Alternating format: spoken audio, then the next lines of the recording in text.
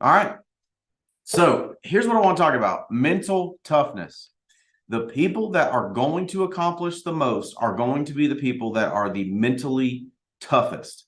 Now, sometimes we can tend to think of mental toughness in the same realm as resilience, and they are related. They are related. The key difference between mental toughness and resilience is all about attitude. Resilience will keep you moving, but you can keep moving and be disgruntled and negative and just, I gotta keep going. That's resilience. Mental toughness is moving forward with positive expectations about what is going to happen.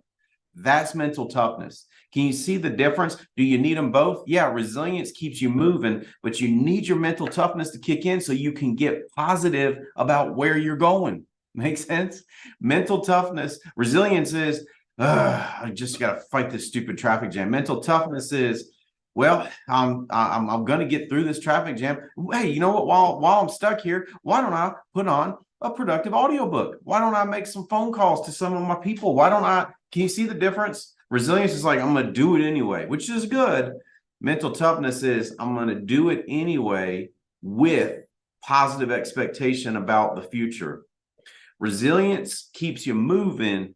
Mental toughness keeps you positive. Resilience keeps you moving. Mental toughness keeps you positive. So there are 7 habits that will make you and I more mentally tough. And mental toughness is not like a check the box situation where we just check the box. Hey, I'm mentally tough now.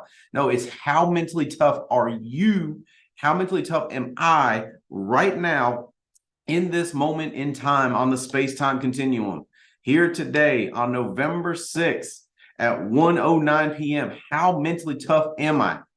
Am I mentally tougher than I was a year ago? Am I mentally weaker than I was a year ago? Am I just the same? The goal is to always be getting more mentally tough, getting mentally tougher every single day. That will keep you on the track of major accomplishment. That's what all high performers, they are all mentally tough. The highest of the high performers, mentally tougher than the lowest of the high performers. We want to keep going on that track. All right, number one, here's a behavior. Here is a habit of mentally tough people. We recognize our limited ability to influence things beyond our control.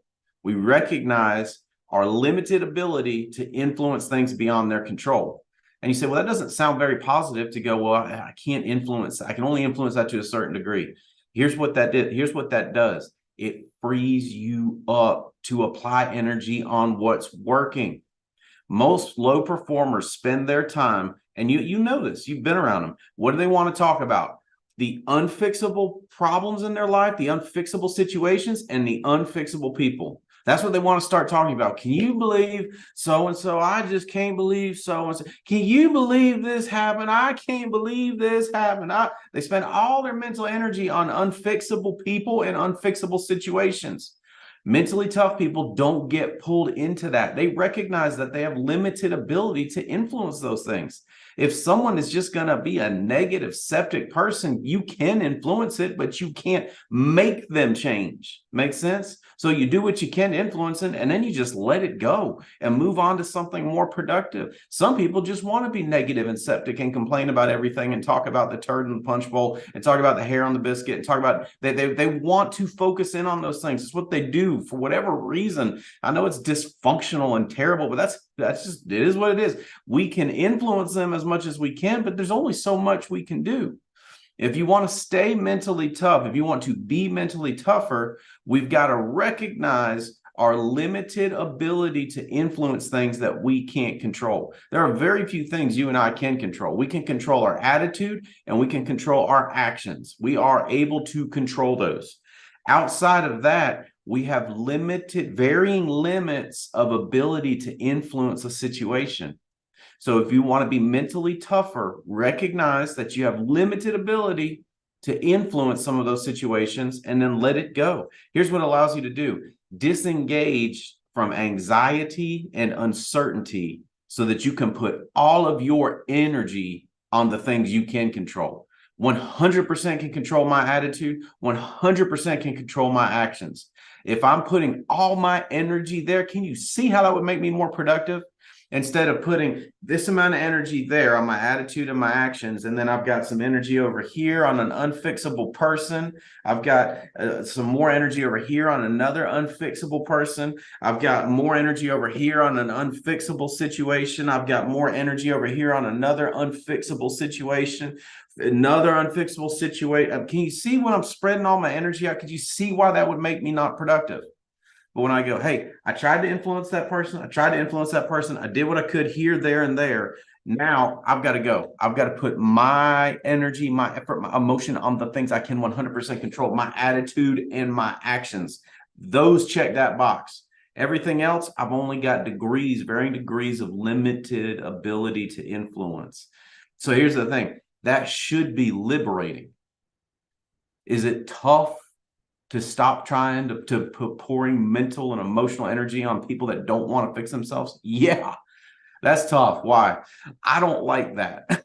I just feel like I could. No, if they don't want to be fixed, I got to pull my energy back, put it on the things I can control. Make sense? All right, number one. It's number one for a reason. All right, these lists are always in a certain order for a reason. It's number one because that allows you and I to be better at all of the rest of them. Makes sense? If I've got energy scattered out on all these different unfixable people and unfixable situations, then all this other stuff, I don't have the energy to do any of it at a high level. Does that make sense? So number one, free it up. Free up that energy, free up that emotion. We're going to quit trying to fix the unfixable. We're going to influence it to the degree we can. But then we're going to stop and keep moving forward. We're going to put our effort and energy where we can 100% control things. And that is your attitude and your actions and my attitude and my actions. Number two, habit of mentally strong people. They're flexible when surprises come up. They're flexible when surprises come up. You're going to have surprises come up. You're going to have things happen. You're going to have surprisingly amazing things, surprisingly discouraging things. All I know is you and I are going to continue to be surprised. Now, the smarter we get, the more we'll be able to predict what will happen, but there's always going to be a degree of surprise and change, right? You're going to have a flight get canceled when you were trying to get somewhere to do a hotspot. You are going to have a policy cancel at some point. You're going to have surprises that happens. Mentally tough people are mentally flexible people. So we got this challenge in front of us. How do I attack it? Can you see where a low performer and their rigidity in these situations? Can you see why they just throw their hands up and give up? Because if there's only one way to fix it and it doesn't work the way I want it to, then it's just give up. You and I, here's the difference between you and I and low performers. As high performers, we know there is a way. With low performers, there is only one way. Can you see the difference in those? With you and me as high performers, we know there is a way. We just got to stay flexible enough till we figure it out. With low performers, there is only one way. They're rigid. And that's why they're so discouraged, which, by the way, that's why they want to keep talking about all the unfixable situations. Because if they can talk about the unfixable situations, the unfixable people, then it takes the shine off of their lack of controlling their attitude and their actions, right? If I can just talk about all these unfixable people and unfixable situations. By the way, just so you know, if you're ever on a coach call me and you start talking about unfixable people and unfixable situations, look for me to move along quickly. Because it tells me where your energy is at. I want you to be like, hey, I'm figuring this out. I'm attacking this. I'm fixing that. My leadership base shop leadership team. When I'm talking to y'all about numbers, that's what high performers do, right? How many issue paid legs did you have in October? What do you need to do to get 2 more in November? We're going to focus on that stuff. We're going to be flexible as the surprises come up. And what we're going to do is stay mentally flexible. Now, it's a choice. Understand this one is a choice, just like the first one's a choice. We have to choose to stay mentally flexible as the surprises, as the discouragements, as just the really fortuitous turns of events come up. We got to stay mentally flexible. All right. Number 3, this is big time. Mentally strong people have strong self-awareness. Mentally weak people, very low self-awareness. I always crack up when I start talking about self-awareness. because you just can't help but think about the situations that you go through in life. And you'll have people that'll be like, you can coach me hard. Oh, I'd take it. I'm just the toughest son of a gun you ever met. And then you coach them hard and they start crying, or they get all offended and upset. It's like, I don't think they're self-aware, right? Or people are like, yeah, I'm very this. It's like, objective reality would disagree. For you and I to stay mentally tough, we've got to be self-aware. We've got to develop high levels of self-awareness. Now, here's why. People with strong levels of self-awareness possess powerful amounts of confidence. The most confident people you know are people that are the most self-aware people you know. May not have connected those dots before, but self-awareness produces a strong sense of confidence. Why? Because you know your strengths and you know your weaknesses, and you attack in that manner. People with no self-awareness, people with no self-awareness, they don't think they got any weaknesses. You want to hear all the, I'm awesome at everything. It's impossible to be awesome at everything, right? But you and I, we know our strengths, we know our weaknesses, we get better at self-awareness. When we do that, here's what it allows us to do. It allows us to better control, better handle our emotions, our stress, and be more resilient. When you're highly self-aware, you know who you are, you know your strengths, you know your weaknesses. It allows you to handle all that stuff better. And it fuels a powerful, powerful sense of self-confidence. The links, you read any psychology books, they'll tell you self-aware people possess very strong levels of self-confidence. You know how much self-confidence it takes to go, I really suck at this, this, and this. I'm really good at this, this, and this. Being able to sort like that, can you see how that would affect your self-confidence when you know that these are the things I'm not great at, these are the things I am good at? Let's go attack it together. I'm telling you. All right. Number 4, habit of the mentally tough. They don't let uncertainty stop them from acting. Low performers, mentally weak people, uncertainty kills them. They don't want to pull the trigger on anything until they absolutely have absolute certainty about everything. Can you see why they get so little done? If you're going to get anything done, you're going to have to pull the trigger before you're certain. You're going to have to pull the trigger and get moving before you have all of the potential possible facts. And I'm just, it's going to feed inactivity, which feeds mental weakness. Mentally tough people have made peace with the fact that we're going to have to act before we're certain. That's one of the things I like in recruiting. I was just talking with did a Zoom on Saturday for Jeremico and his 3. So he's got these 3 guys, David, Derek, Davon. They're all from Detroit. And then they're all going to be in Dallas. It makes it easy to remember. When I was having my coaching call with Andy this morning, I didn't have to try and search for those names. I can remember all that. D. So here's the deal, right? All 3 of them, after our Zoom, committed to a date to get their pre-licensing done this week, not next week, not in 2 weeks, not in a month. This week, they're going to have their pre-licensing done. And they all sent lists of their top people to Jeremico. The reason I'm telling you this, and it was funny because I was talking with Jeremico afterwards, like when people sort themselves, right?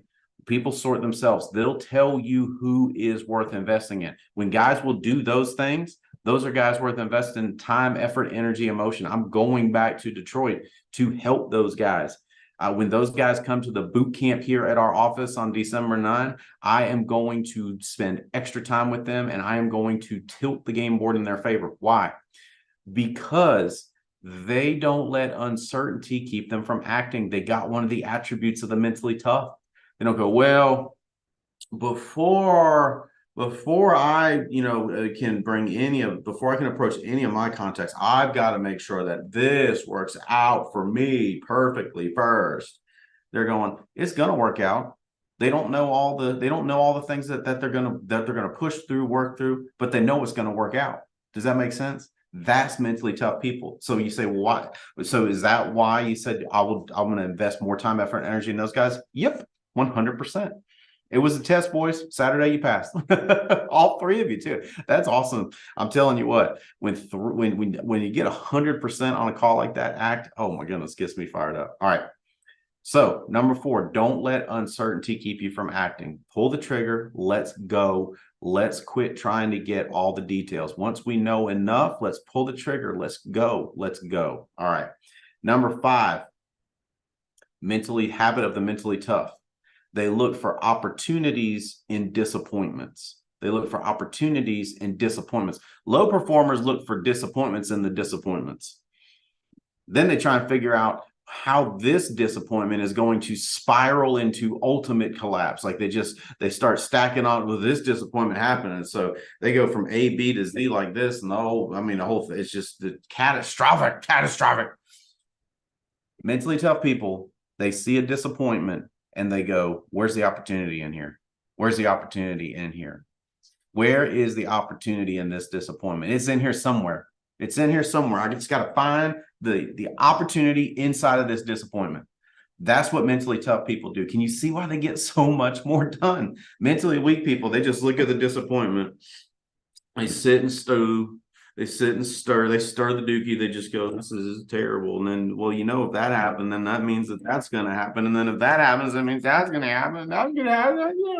And then they're just done. They're just toast. Not you and me. We go, well, crap. That disappointment sucks. Where's the opportunity in here? Where's the opportunity up in here? There's an opportunity in this disappointment. I just got to find it. It's in here somewhere. Ooh, it might be 2. Oh, I found 1. There might be another one. Let me look for another one. That's what mentally tough people do. All right, number 6, mentally tough people master their negative emotions. You will either master your negative emotions or your negative emotions will be master of you. There is no third direction. Mentally weak people, they fall under their negative emotions. They let them run the show instead of them running the show. Mentally tough people master their negative emotions. Negative emotions like what? Like anger, like frustration, like aggravation, like irritation. They don't let them run the show. They master those negative emotions. Low performers, they spiral. One piece of negative feedback and they just spiral. They just go from disappointed to depressed to they just spiral. Not mentally tough people. They are masters of their negative emotions. Their negative emotions are not masters of them. That is the one of the biggest difference I give you between mentally tough people and mentally weak people. Now, here's how you get that mastery over. Mastery over negative emotions comes from high levels of emotional intelligence. Low performers, they have very little emotional intelligence. If they had more emotional intelligence, they would be mentally tougher. They would be higher performers. Higher performers have high levels of emotional intelligence. Why do you need emotional intelligence? Because emotional intelligence is necessary because that's what it takes to regulate yourself. The emotional intelligence to sort through emotions, to feel emotions, to examine emotions and go, okay, well, that emotion is not going to be helpful to me to get where I want to go. So I cannot behave then in this way. They look at emotions as data to be sorted, whereas low performers, mentally weak people, they look at emotions as directives. This happened. Now I'm upset. Now I must do this. This happened. Man, I'm disappointed. Now I got to do that. They look at them as directives, whereas mentally tough people, they look at it simply as data to be sorted. Okay, well, this is really frustrating and really upsets me. However, if I'm going to get to where I want to go, I can't sit in this. I've got to find something productive to do. That's high levels of emotional intelligence. All right, number 7, last one. Mentally tough people, and this is a very important series of words that you write them this way. Mentally tough people let practical optimism lift their attitude. Mentally tough people let practical optimism lift their attitude. The biggest word you want to take out of there is practical optimism, not blind optimism. Blind optimism is like feeling tired and eating a bunch of sugar to get a rush. It'll work for a little bit, but then you're going to feel like crap when you crash. Practical optimism goes, I know we're going to win. I've got to figure out how. That's practical optimism. I know we're going to win. I know there is some tough stuff we're going to have to push through, but I'm going to figure out how we win. That's practical optimism. Practical optimism is hope, not gloom. Practical optimism is action, not spiraling. Practical optimism is not blind. There's blind optimism, practical optimism. Mentally tough people let practical optimism lift their attitude. And just that turn of phrase is so important. If your attitude's in the dump, let practical optimism lift your attitude. I know we will win. I know we will be the number one organization in all of the Alliance, and the Alliance will be the number one organization in all of integrity. I know that. I don't know exactly what we're going to have to push through to get there. I know there'll be some tough stuff. I know there'll be some tough calls. I know we're going to get a few breaks too. We're going to have a few fortuitous turns of events that just go our way. And we're going to have some disappointing things that happen, but I know we're going to get there, and I know we're going to figure out how. That's practical optimism. Everything's just going to be better and awesome all the time because I'm gonna use the secret. I'm gonna manifest everything, and it's gonna be easy, and it won't be anything hard. And that's blind optimism. Practical optimism is I know we're gonna do it. I know we're gonna push through some tough stuff. I know we're gonna get some breaks, but I know we're gonna do it, and we're gonna figure out how. That's practical optimism. Now, here to put all this in one package, nobody is born mentally tough. You might think of some people in your world like that Joker just had to have been born mentally tough. I mean, he's just tough as nails. She's just tough as nails. I was thinking about Mercedes when I was writing this. Like, it would be easy to look at her and go, she's just born tough. She's born tough. Or look at anybody that's fighting through stuff. I'm gonna start naming people fighting through stuff, and I'm gonna end up leaving people out. I'm sorry. We all have people we look at and we go, they just must be born like that. No. They'll tell you these 7 habits, even if they didn't know they were doing them. They'll be like, oh yeah, I guess I do that. Oh, I guess I do that. Here's what that means. It's a choice. It's a choice. Now, real quick, I just want to give you 6 enemies of being mentally tough. These are the 6 enemies of being mentally tough. We don't have a ton of time to get into all of them, but I don't think they require a ton of explanation. Just know these are the 6 enemies of mental toughness. Number 1, self-pity. Low performers are in the ain't it awful club. Why me? Woe is me. I can't believe this happened to me. Oh man, me. Self-pity. It is an enemy of mental toughness. It will erode your self-toughness. If you catch yourself using any self-pity, get rid of it. Get rid of it. It's eroding your mental toughness. Number 2, severe inner critic. If you are your own worst severe inner critic, you are going to erode your mental toughness, because here's what having a severe inner critic does. It erodes your self-esteem. Once your self-esteem erodes, your mental toughness goes right along with it, hand in hand. Don't be that severe inner critic. Now, wait a second, Stephen, you also talked about being self-aware. Everything is balanced. If you hang around me more than 5 minutes, you're going to hear me say strength is in the middle, right? Strength is in the middle. One side is completely not self-aware. I have no known faults. Even if they say, I know, I operate as if I have no known faults. The other side is, I am the biggest loser in the world. I screw everything up. I mess everything up. I'm always the worst. Strength is in the middle. I've got strengths. I've got weaknesses, but I'm not going to be a severe inner critic of myself. Number 3, this is an obvious one, fear, right?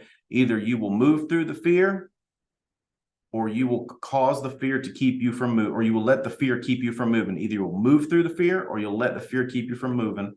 Number 4, big mental toughness eroder, laziness. Lazy people they're very mentally weak. And here's the thing about laziness. We all got to fight it every day. Laziness is it's so gradual. All right. No, we can't allow it to sneak into our lives and cause us to be mentally weak. Perfectionism tied in very closely with that severe inner critic. People that are perfectionists, they're very mentally weak. Why? Because perfection is not capable. I mean, it's just not possible. You currently cannot do anything perfectly all the time. And so if you're a perfectionist, you are eroding your own mental. You might think, well, it's mentally structured. No, that's mental weakness. Being a perfectionist. Mental strength is, I'm going to get better. I'm going to keep moving and I'm going to get better. And number 6, self-limiting beliefs. I think that one's pretty obvious. I don't think I've spent a ton of time explaining why self-limiting beliefs would erode your mental toughness. Here's the thing about self-limiting beliefs. Take a belief, write it out on paper, and then I want you to destroy that limiting belief with reasons and logic. So maybe your self-limiting belief is, I'm just never going to be good with money. Your self-limiting belief is, people from my background, they don't achieve at high levels. Well, whatever it is, write it down, and then I want you to destroy it with logic. There's something about naming it and getting it out on paper that just causes it to lose its power. And here's a good exercise with that too. You and me typically are way tougher on ourselves and way more encouraging to our friends. So examine that self-limiting belief in that light, like the way you would encourage a friend to get their mind right about it. All right, guys, that's stuff that'll make us mentally tougher. Those are the mental toughness. Those are the things that'll destroy it. You and me, we got to stay mentally tough. We've got a big project ahead of us. We have a big project ahead of us. For the Alliance to be number one in all of integrity, it's going to take us leading the charge. It's going to take us moving to number one in all of the Alliance. What is that going to take out of us? Here's what I know. We got whatever it is going to take. I don't know all the things we're going to have to do. I don't know all the curves in the road ahead. I know a lot of them, but I don't know all of them. But I know we got it. I know we can do it on this team. Guys, get your ticket. Come to the boot camp December 9. Come spend some time with us. We're going to have, it's going to be fun. It's going to be informational. And you are going to walk out of here 12 months ahead of the learning curve. And then we're going to spend some time together, hang out, have a block party here at the office. It's going to be fun. Looking forward to that. And then we've got National Convention right around the corner. How many people do you have on your team at National Convention? That is going to determine what you are capable of getting done, what you are able to get done, what resources you have going into 2024. Holly and I love you. We want 2024 to be the most epic year in the history of your family. So know for a fact that 2024 has already started now.